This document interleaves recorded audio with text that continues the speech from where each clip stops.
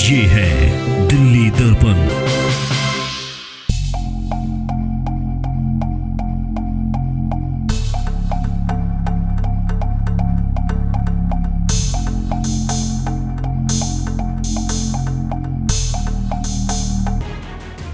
नमस्कार, दिल्ली दर्पण टीवी पर स्वागत है आपका। नॉर्थ एमसीडी में स्टैंडिंग कमेटी के चेयरमैन शैल बिहारी हमारे साथ मौजूद हैं। चर्चा करते हैं उनसे, क्योंकि लगातार नॉर्थ एमसीडी की तरफ से इस तरह के बयान जारी हो रहे हैं कि अब जो सफाई व्यवस्था है वो दुरुस्त हो चुकी है, सफाई कर्मचारी अपने सफाई के काम पर वापस लौट आए हैं। लेकिन हालात कुछ और हैं, क्योंकि हम दिल्ली दर्पण टीवी ने एक मुहिम चलाई है जिसके तहत हमारे पास बहुत सारे ऐसे फ़ोन कॉल्स आ रहे हैं जिसके तहत लोग हमें इस बात की जानकारी दे रहे हैं कि हमारे इलाके में अभी भी कूड़ा है, सफाई नहीं हो रही है, सफाई व्यवस्था अभी भी चरमराई हुई है। शैल बिहारी जी, हम आपसे जानना चाहेंगे कि आप लोग लगातार प्रेस रिलीज जारी कर रहे हैं, आप लोग ये बात कह रहे हैं कि सफाई शुरू हो चुकी है, हड़ताल खत्म हो चुकी है, लेकिन अभी भी गंदगी दिल्ली के हर कोने में नजर आ रही है। क्या कहेंगे आप? देखिए, एक चीज़ आपको माननी पड़ेगी डिम्पल जी, जब लगातार 20-25 दिन की जो गंदगी होगी वो एक दिन में या 2 दिन के अंदर नहीं खत्म हो सकती, ना उठ सकती। ये तो आप भी समझते हैं। जो प्रैक्टिकल चीज़ है वो हमें देखनी पड़ेगी। जहाँ तक हड़ताल की बात है, मैक्सिमम जितनी भी यूनियन हैं सब ने हड़ताल अपनी जो है तोड़ दी है, सब अपने काम पे वापस लौट गए हैं। कुछ 1-2 यूनियन हैं जिनकी थोड़ी रिजर्वेशंस हैं, लेकिन बिल्कुल काम नहीं हो रहा, ये मैं बात बिल्कुल मानने को तैयार नहीं हूँ। मैं खुद, मेयर साहब खुद, हमारे जितने भी वरिष्ठ नेता लोग हैं, जितने भी हमारे निगम पार्षद हैं क्षेत्रों के अंदर, सब लोग वहाँ पे मेहनत करके खुद खड़े होकर सारा काम करवा रहे हैं और सभी कर्मचारी काम पर आ गए हैं और काम बदस्तूर चल रहा है। और मुझे लगता है इतने दिनों की गंदगी जो इकट्ठी हुई है वो 1 या 2 दिन के अंदर कम से कम 3-4 दिन इसको अवश्य लगेंगे। शैल बिहारी जी, आप लोगों ने इस बात की जानकारी दी कि 21,000 मीट्रिक टन कूड़ा नॉर्थ एमसीडी से उठाया गया है सफाई कर्मचारियों के द्वारा, वो भी 2 दिन के अंदर। लेकिन कांग्रेस दल के नेता मुकेश गोयल का ये आरोप है कि 2 दिन के अंदर 21,000 मीट्रिक टन कूड़ा उठाया ही नहीं जा सकता। ऐसे में आप इस तरह की स्टेटमेंट जारी कर रहे हैं कि दिल्ली साफ हो चुकी है और कूड़ा उठना शुरू हो चुका है, 21,000 मीट्रिक टन जैसे बड़े बड़े जो अंक हैं वो जारी हो रहे हैं। क्या सफाई के ऊपर भी राजनीति करने की जो मंशा है वो बीजेपी सरकार की तरफ से की जा रही है? बिल्कुल गलत। मेरे विपक्ष के साथी जो भी अपनी इन्होंने जो बात कही है कि नहीं उठ सकता, मैं उनको जानकारी दे दूं। कल रात को अभी 1:45 बजे तक, रात के 1:45 बजे की बात कर रहा हूं मैं, कल सुबह 7 बजे से लेके रात के 1:45 बजे तक मैंने खुद ने अपने वहां पे जोन के अंदर कूड़ा उठवाया है।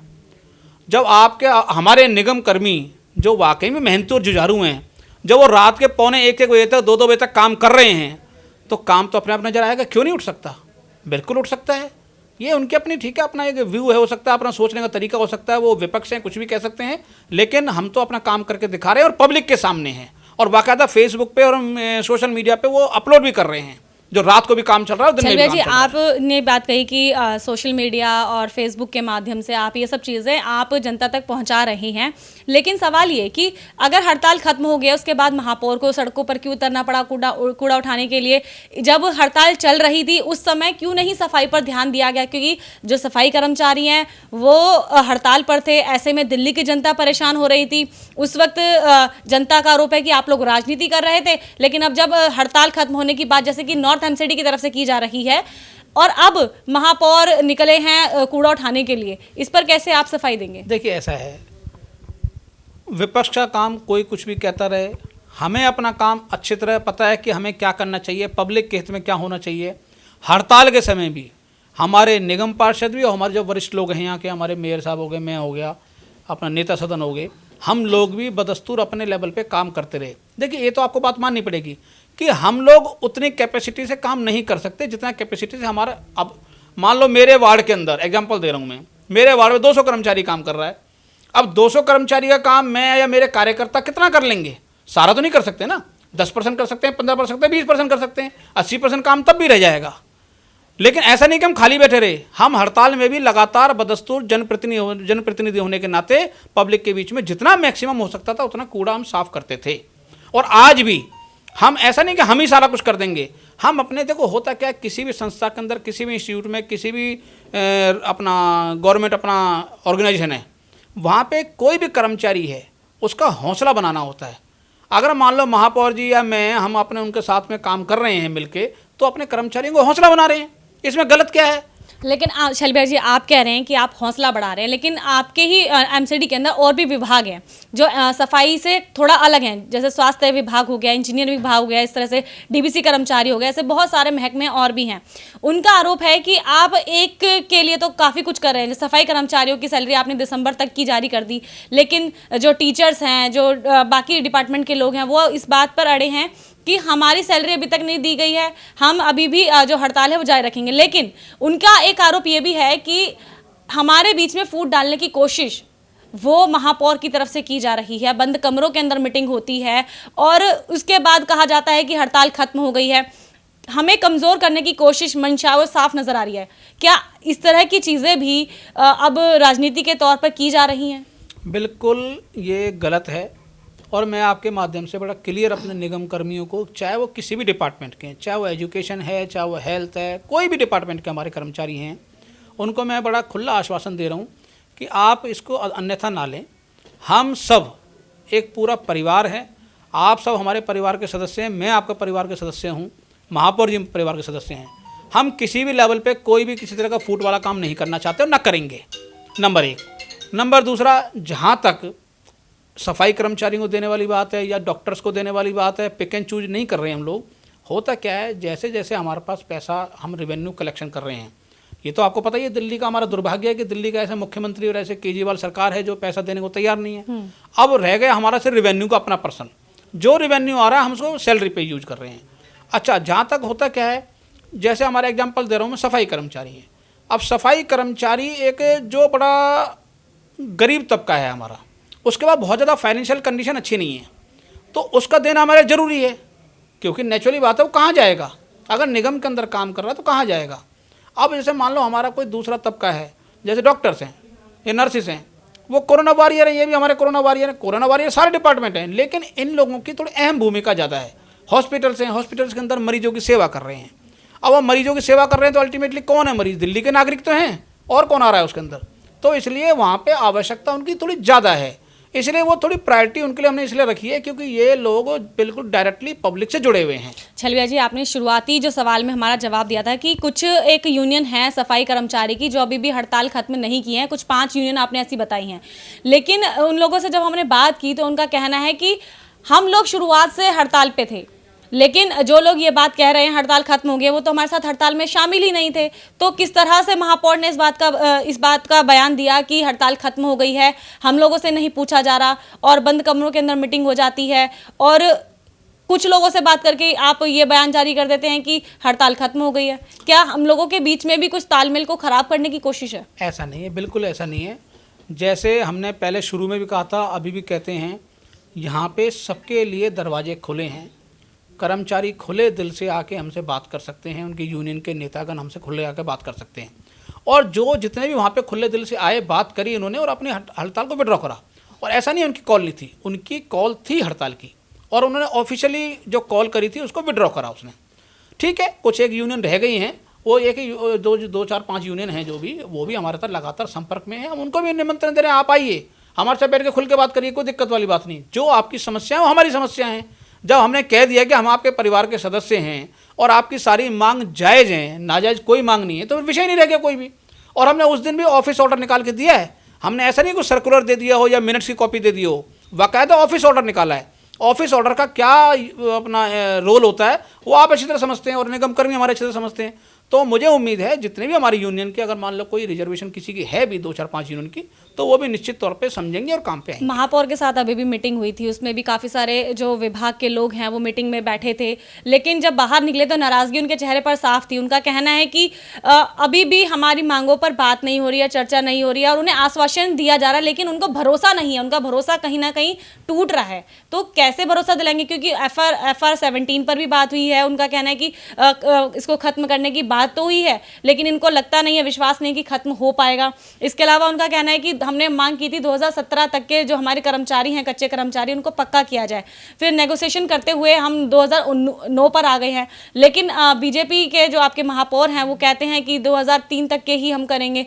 तो कैसे इन सब चीज़ों को? देखो, हर चीज़ का एक तरीका होता है। आप झटके से सारे काम कर दोगे, झटके से, वो एक टेक्निकल चीज़ें होती हैं, लीगल चीज़ें होती हैं, एक ऑफिशियल प्रोसेस होता है, एक उसके अंदर थोड़ा समय लगता है। लेकिन हमको समय को महीने 2 महीने का 3 महीने का नहीं मांग रहे। और अभी भी जो ऑफिस ऑर्डर निकाला है टाइम बाउंड तरीके से निकाला है, उसके अंदर हर चीज़ आप देखेंगे, विषय जो 4 मुद्दे हैं उसके अंदर टाइम बाउंड तरीके से हमने सोचा है और आश्वासन दिया है कि ये 2 दिन के अंदर हो जाएगा, ये 1 महीने के अंदर हो जाएगा, ये 3 महीने के अंदर हो जाएगा। उसमें कमी कसर कहाँ रहेगी फिर? जब टाइम बाउंड समयबद्ध तरीके से हमने उसमें एक चरणबद्ध तरीके से रख दिया है तो विषय कहाँ रह गया फिर उसके अंदर कुछ? चलिए भैया जी, बजट भी अभी हाल फिलहाल में हमने देखा कि आपने पेश किया। हम ये जानना चाहेंगे कि नॉर्थ एमसीडी की जो स्थिति है बेहद ज़्यादा खराब है। किन किन सेक्टर से आपने रेवेन्यू बढ़ाने का जो काम है वो शुरू किया है, जिससे बहुत जल्द जो स्थिति खराब हो रही है नॉर्थ एमसीडी की वो ठीक हो सकती है? वो हम चाहेंगे कि आप हमारे दर्शकों को बताएं ऐसे 5 मुख्य बिंदु जिनके द्वारा जो अब रेवेन्यू आएगा उससे नॉर्थ एमसीडी की जो स्थिति है वो काफ़ी ठीक हो पाएगी। देखिए, जैसे मैंने उस दिन बजट के अंदर प्रस्ताव रखे और मैं दोबारा रिपीट करता हूँ उनको। हमारा देखिए, वैसे तो जितना भी हमारा एमसीडी का ज़्यादातर 90% जो काम है वो सारा सेवा का काम है। प्रॉफिटेबल काम नहीं है हमारा। चाहे हमारा हेल्थ डिपार्टमेंट देख लीजिए, वहाँ हॉस्पिटल हैं, मेडिकल कॉलेज हैं, डिस्पेंसरी हैं, सब सेवा के काम में लगे हुए हैं। एजुकेशन डिपार्टमेंट है, बच्चों को पढ़ा रहे हैं, फ्री मुफ्त में पढ़ा रहे हैं, वर्दी देते हैं, फ्री में सब कुछ करते हैं, वो भी सेवा का काम है।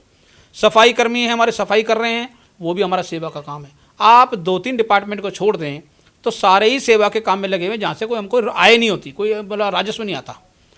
जैसे प्रॉपर्टी टैक्स है, प्रॉपर्टी टैक्स के अंदर अभी कई लोग जो है प्रॉपर्टी टैक्स के दायरे में नहीं हैं। मैंने आपको उस दिन भी बताया था, आज मैं दोबारा बता रहा हूँ, दिल्ली की जनता के लिए ये समर्पित सरकार है। नगर निगम के अंदर भाजपा के लोग बैठे हुए हैं, हम भाजपा के समर्पित कार्यकर्ता हैं।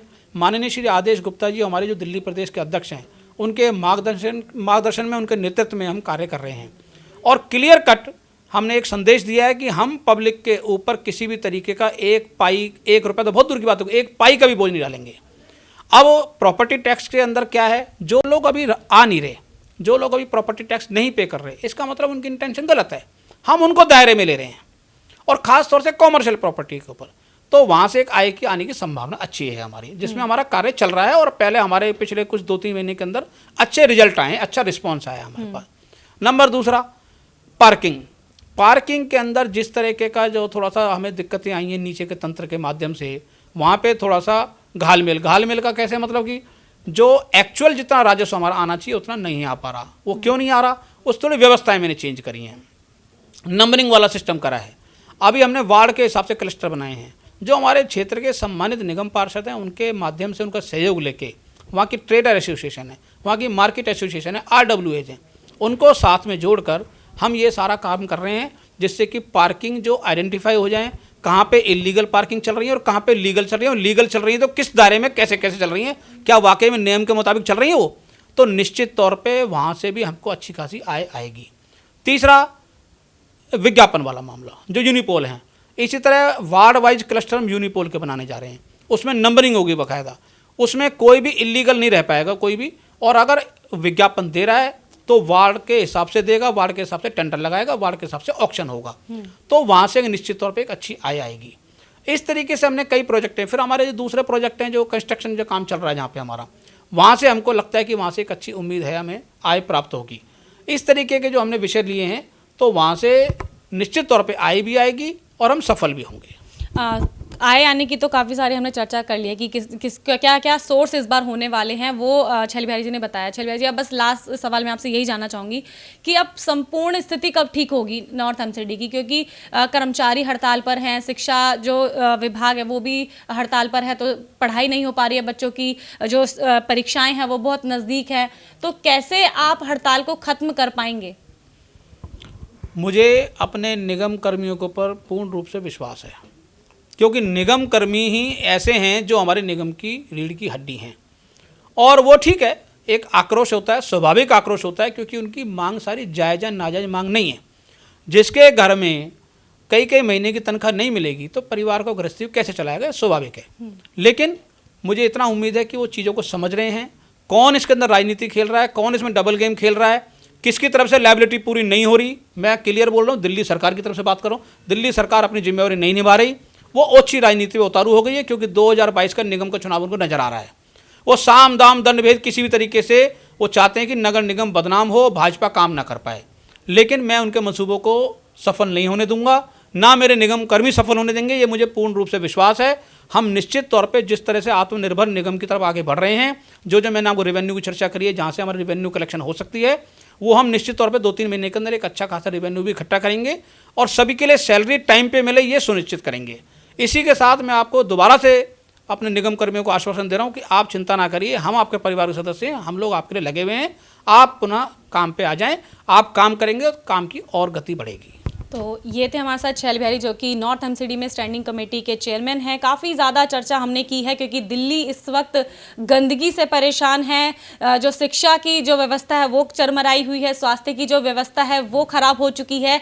ऐसे में शैल बिहारी ने साफ तौर पर ये कहा है कि रेवेन्यू बढ़ाने पर जिस तरह से बजट के अंदर काफ़ी ज़्यादा प्रावधान है वो लाए गए हैं और जल्द ही इन प्रावधानों के जरिए एक अच्छा जो आय है वो निगम को होगी और उसके बाद ये जितनी भी समस्याएं हैं आय को लेकर, जो वेतन है उसको लेकर, वो जल्द ही दुरुस्त होंगी। लेकिन देखना ये होगा कि आखिर जो निगम कर्मी हड़ताल पर है वो इस बात से अपना वाकिफ होते हैं नहीं होते हैं, इनके समर्थन में आते हैं नहीं आते हैं। ऐसी तमाम खबरों के लिए बने रहे हमारे साथ। कैमरामैन सोनू के साथ मैं डिंपल भारद्वाज, दिल्ली दर्पण टीवी। लेटेस्ट खबरों के लिए सब्सक्राइब करें हमारा YouTube चैनल या फिर लॉग ऑन करें www.delhidarpantv.com। खबरों की कवरेज और विज्ञापनों के लिए संपर्क करें इस नंबर पर।